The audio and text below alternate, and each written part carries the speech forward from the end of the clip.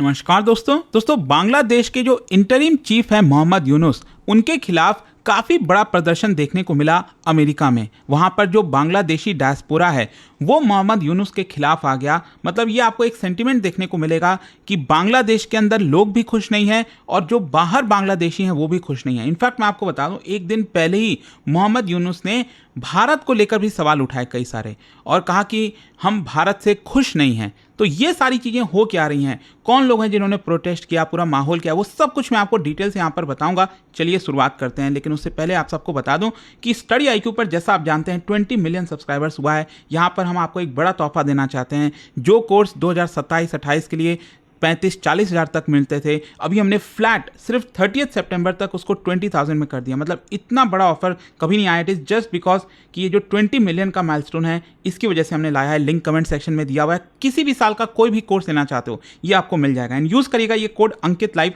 कोई प्रॉब्लम है, दिक्कत है कोर्स से रिलेटेड, फ़ोन नंबर दिया, आप इस पर कॉल करिए, मेरी टीम आपको अच्छे से गाइड करेगी। चलिए शुरुआत करते हैं। सबसे पहले देखते हैं कि एग्जैक्टली हुआ क्या है। देखिए, अभी 80th United nation general assembly का सेशन चल रहा है जिसमें वर्ल्ड के अलग अलग जो लीडर्स हैं वो वहाँ पर जा रहे हैं, बोल रहे हैं, अपने देश की बात रख रहे हैं। तो उसी हिसाब से जो चीफ एडवाइज़र हैं इस समय बांग्लादेश के इंटरिम गवर्नमेंट के मोहम्मद यूनुस, वो भी वहाँ पर गए हुए थे। लेकिन उसी के बाहर जो यूनाइटेड नेशंस के बाहर आप देख सकते हो इस तरह से बड़ी मात्रा में जो बांग्लादेशी डायस्पोरा है, जो एकदम नाखुश है, जो भी कुछ बांग्लादेश में पिछले साल हुआ 2024 में शेख हसीना को हटाया गया, वो वहाँ पर एकत्रित हुए। नारे लग रहे थे, go back to Pakistan, Yunus is Pakistani, we want justice for minorities. और ये छोटा नारा नहीं, आप समझिए, यूनुस को पाकिस्तान जाने के लिए बोला जा रहा है। और जिस हिसाब से आपने देखा होगा डेवलपमेंट हो रहा है, पाकिस्तान बांग्लादेश फिर से करीब आ रहे हैं, क्योंकि लोग भूल नहीं पाए। अभी भी याद रखिएगा 1971 में जो हुआ था ना, बांग्लादेश के लोग कभी, मतलब आगे आने वाली कई पीढ़ी उस चीज़ को भूल नहीं सकेगी। वो इतना बड़ा सदमा था।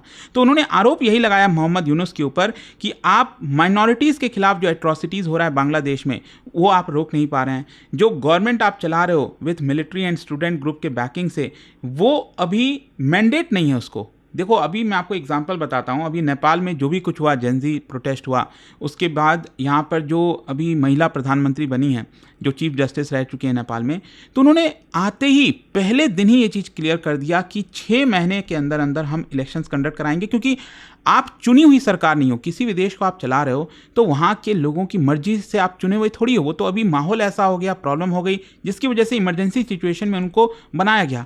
अब वो भी चाहती तो नहीं कहती, वो लंबे समय तक बनी रहती हैं। अभी मोहम्मद यूनुस तो अभी 1 साल से ऊपर हो चुका है और बोला जा रहा है 2026 में इलेक्शन होगा। तो इसीलिए लोग काफ़ी नाखुश हैं। इसके साथ साथ यहाँ पर लोगों का ये भी आरोप था कि आपने शेख हसीना की गवर्नमेंट को बिट्रे किया है, आपने इलीगली उनको हटाने की कोशिश की है। और इसी की वजह से आप देखिए बहुत सारे प्लेकार्ड्स वगैरह, यूनुस रेजिग्नेशन दो, फ्री एंड फेयर इलेक्शंस कराओ, ये सारी चीज़ें आपको यूनाइटेड नेशंस के बाहर देखने को मिलेगी। इसका बैकग्राउंड आप सब फिर से देख लीजिए। आप सबको याद ही होगा, जुलाई रेवोल्यूशन हुआ था पिछले साल 2024 में, जो स्टूडेंट का पूरा प्रोटेस्ट था, जो civil service job quota system को लेकर लोग सड़कों पर आ गए थे, एंटी शेख हसीना एजिटेशन में वो कन्वर्ट हो गया था। ऑथोरिटेरियनिज्म और करप्शन का आरोप लग रहा था शेख हसीना पर, और वायलेंट क्लैशेस देखने को मिले थे। मास प्रोटेस्ट हुआ था जिसकी वजह से शेख हसीना को बांग्लादेश छोड़कर भागना पड़ा और अल्टीमेटली वो भारत में आए। इस समय भारत में आप सब जानते हैं। और वहीं से आपको मोहम्मद यूनुस का राइज देखने को मिलेगा। और नोबेल पीस लॉरिएट है मोहम्मद यूनुस, जैसा कि आप सब जानते हो। उनको इंटरिम गवर्नमेंट का हेड बनाया गया। और कौन कौन बैक कर रहा है? Military establishment, student protest leader, कुछ इंटरनेशनल एक्टर्स भी हैं। कई लोगों का कई मानना है कि देखिए अमेरिका इसके पीछे एक बड़ा रोल प्ले कर रहा था, कि यहाँ पर अमेरिका को वो बेस नहीं मिल पाया बांग्लादेश में, शेख हसीना ने डिनाई कर दिया, तो मे भी शायद वो उसकी वजह से ये सारी चीज़ें हुई हैं बांग्लादेश में। तो यूनुस ने अपने आप को एक प्रेजेंट किया है ट्रांजिशनल लीडर की तरह, कि मैं आया हूँ, मैं स्टेबल करूँगा चीज़ों को, डेमोक्रेसी लाऊंगा, गवर्नेंस को रिस्टोर करूँगा, तब यहाँ पर हम फ्री एंड फेयर इलेक्शंस कराएंगे। लेकिन जो कंट्रोवर्सीज हुई है ना, वो और भी खतरनाक है। मतलब एक तो जब से यूनुस आए हैं, जिन्होंने कमान संभाली है बांग्लादेश की, लगातार हिंदूज और बाकी की जो माइनॉरिटीज़ हैं बांग्लादेश में, उनके ऊपर हमला हो रहा है, लगातार हो रहा है। मतलब अब तो इतना ज़्यादा हो गया है कि न्यूज़ मीडिया रिपोर्ट में भी अब नहीं आता है। मतलब लगातार चीज़ें होती जा रही हैं और उन्होंने बहुत कम किया है ताकि उसको रोका जाए। फिर दूसरा, अथॉरिटेरियन टेंडेंसीज का आरोप है। देखो, शेख हसीना के ऊपर आरोप लग रहा था कि वो अथॉरिटेरियनिज्म फैला रही हैं, लेकिन ये जब से आए हैं यहाँ पर एक तो इन्होंने इलेक्शंस जल्दी से नहीं कराए, यहाँ पर आरोप यह है यूनुस के ऊपर कि वो पावर को कंसोलिडेट कर रहे हैं, और साथ ही साथ फॉरेन पॉलिसी फ्रिक्शन भी आपको देखने को मिलेगा। अब यूनुस को भारत के साथ रिलेशंस बेटर करने चाहिए थे, लेकिन वो एंटी इंडिया स्टैंस ले रहे हैं। जिस तरह के स्टेटमेंट दे रहे हैं, ऐसा लग नहीं रहा है कि वो भारत के साथ अच्छा रिलेशंस बनाना चाहते हैं। और इसीलिए मैं कह रहा हूँ, अभी 1-2 दिन पहले यहाँ पर अमेरिका में ही बांग्लादेश के जो इंटरिम चीफ हैं मोहम्मद यूनुस, उन्होंने भारत को लेकर कुछ बड़ी चीज़ें कह दी। 2-3 मुद्दे उठाए और मैं आपको बताता हूं। सबसे पहले तो ये कहा कि Bangladesh has problems with India. तो उन्होंने कहा कि जो इस समय बांग्लादेश और भारत के बीच में रिश्ते खराब हो रखे हैं, इट इज़ बिकॉज कि भारत जो है, India did not like the student protest जिसने हसीना को हटाया था। इंडिया इज होस्टिंग हसीना। मतलब अब यूनुस को प्रॉब्लम यह है कि हसीना जो है, शेख हसीना, वो भारत में, भारत ने उनको संरक्षण दे रखा है, और इसकी वजह से जो पॉलिटिक्स में है वो इन्फ्लुएंस कर रही हैं हसीना अभी भी। और जो इंडियन मीडिया है वो एक नैरेटिव प्रेजेंट कर रही है, स्प्रेड कर रही है, ताकि दिखाया जाए कि जो प्रोटेस्ट हुआ था पिछले साल वो इस्लामिस्ट ड्रिवन था, और कहीं ना कहीं जो इंटरिम गवर्नमेंट है वो अनफेयर है। तो मोहम्मद यूनुस का कहना था कि ये सारी चीज़ें की वजह से ये जो हो रहा है भारत, इसी की वजह से हमारे रिश्ते भारत के साथ खराब हैं। शेख हसीना को लेकर भी उन्होंने कहा कि देखिए, उन्होंने आरोप लगाया कि शेख हसीना ने बांग्लादेश का बहुत डैमेज किया है। वैसे अगर आप देखोगे तो एक्चुअल में जब तक शेख हसीना रहीं, बांग्लादेश की इकॉनमी अच्छी ग्रो की है, काफ़ी अच्छा परफॉर्म किया है बांग्लादेश ने, लोगों को नौकरियां मिली हैं, इकॉनमी आगे बढ़ी है, पर कैपिटा इनकम काफ़ी अच्छा हुआ है, पाकिस्तान से तो बहुत अच्छा हो गया है। तो यहाँ पर एक प्रकार से मोहम्मद यूनुस ने भारत को क्रिटिसाइज़ किया कि वो शेख हसीना को बचा रहा है, शील्ड कर रहा है। और साथ ही साथ सार्क को लेकर भी, अब देखो सार्क तो एकदम ठंडे बस्ते में चला गया है पाकिस्तान की वजह से, आप सब जानते हो, south Asian association for regional cooperation. लेकिन जो चीज़ पाकिस्तान कहता है ना, वो अब मोहम्मद यूनुस कह रहे हैं। वो कह रहे हैं कि हमें सार्क को रिवाइव और रिफॉर्म करने की ज़रूरत है। मोहम्मद यूनुस ने ये तक कह दिया कि सार्क जो है पहले अच्छा चला करता था, लेकिन अभी नहीं चल रहा है, क्योंकि एक देश की वजह के डोमिनेंस की वजह से। मतलब वो भारत की तरफ इशारा कर रहे हैं कि भारत की वजह से नहीं चल रहा है। तो उन्होंने कहा कि हमें और ज़्यादा ग्रेटर रीजनल कोऑपरेशन की ज़रूरत है, जहाँ पर एक सिंगल डोमिनेशन ना हो, मतलब भारत को वो साइडलाइन करना चाहते हैं। इस तरह का आपको बयान देखने को मिलेगा। तो क्वेश्चन ये है कि ये जो प्रोटेस्ट हुआ अभी यूनाइटेड नेशंस के बाहर मोहम्मद यूनुस के खिलाफ, जिसमें गो बैक टू पाकिस्तान के नारे लगाए गए, ये कितना मायने रखता है? देखो, ये बहुत ही डीपली सिंबॉलिक है। बांग्लादेश, मैंने आपको बताया 1971 में क्रिएट हुआ था पाकिस्तान से ही टूटकर, और यहां पर जिस तरह की एट्रॉसिटीज हुई थी पाकिस्तान आर्मी के द्वारा, कहीं ना कहीं उसी को आपको ये रिलेशन में देखना होगा कि मोहम्मद यूनुस को बोला जा रहा है कि आप वहीं चले जाओ, क्योंकि अल्टीमेटली जो पाकिस्तान ने किया, जो चीजें हुई, आप पाकिस्तान के साथ जा रहे हो।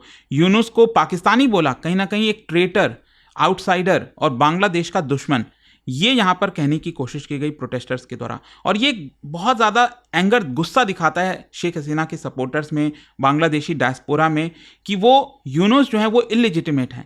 मतलब उनका जो शासन इस समय चल रहा है उसमें कोई भी आधार नहीं है, किसी का कोई सपोर्ट नहीं, बस आ गए और उनको बैठा दिया गया, और वो लगातार रूल करते जा रहे हैं। और यूनाइटेड नेशंस का क्या एंगल है? देखो, प्रोटेस्ट को एकदम टाइमली इंटरवीन किया गया ताकि इंटरनेशनल मीडिया का ध्यान चला जाए, और मोहम्मद यूनुस ने यूएन के अंदर रोहिंग्या रेफ्यूजी को लेकर सवाल उठाए, इंटरनेशनल ह्यूमैनिटेरियन एड मांगा कि कैटास्ट्रोफिक सिचुएशन होता जा रहा है। तो यूनुस भले ही बांग्लादेश को as a responsible global actor की तरह प्रेजेंट कर रहे हो, लेकिन जो डायस्पोरा है वहां पर, उन्होंने पूरा जो डोमेस्टिक फेलियर है उसको एक्सपोज कर दिया इंटरनेशनल कम्युनिटी के सामने। तो क्वेश्चन अब फाइनली यही आता है कि इसका इंपैक्ट क्या होगा। देखो, डोमेस्टिक पॉलिटिक्स की अगर हम बात करें तो जो डायस्पोरा है, डायस्पोरा का पूरा प्रोटेस्ट था, उसने दिखाया कि यूनुस जो है उनके खिलाफ काफ़ी सारे ऑपोजिशन है। ऐसा नहीं है कि यूनुस को एकदम हरी झंडी मिल गई है, ये सिर्फ बांग्लादेश में नहीं, बांग्लादेश के बाहर भी। और उनकी जो लेजिटिमेसी है उसको लेकर सवाल उठाया गया, स्पेशली शेख हसीना के लॉयलिस्ट के द्वारा।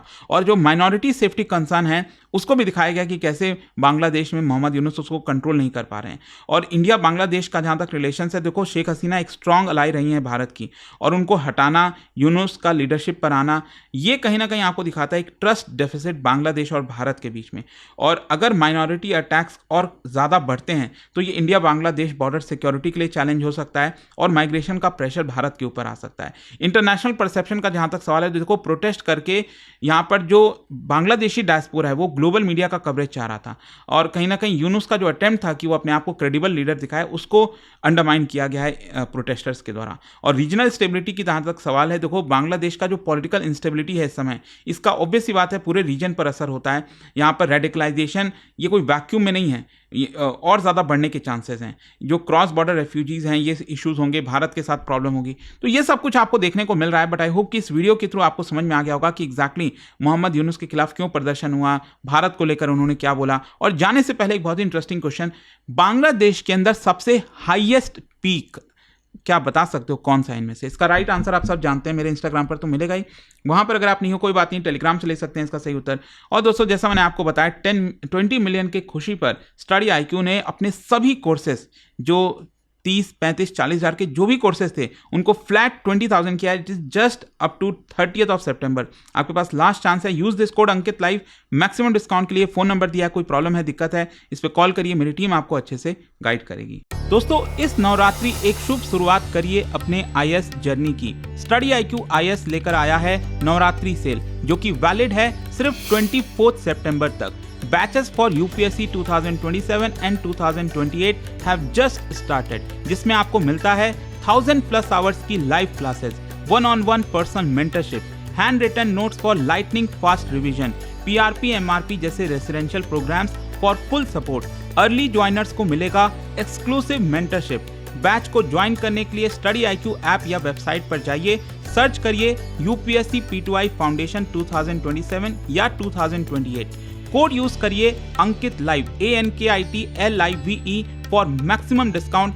और अगर आपको कोई भी डाउट हो तो इस नंबर पर कॉल करिए, मेरी पर्सनल टीम आपको अच्छे से गाइड करेगी। नंबर है 0924002329 स्मार्ट एस्पिरेंट्स टाइमिंग को समझते हैं, आज का डिसीजन कल के IAS IPS की पहली जीत है। Thank you. Study IQ IAS, आपका सिलेक्शन हमारा मिशन।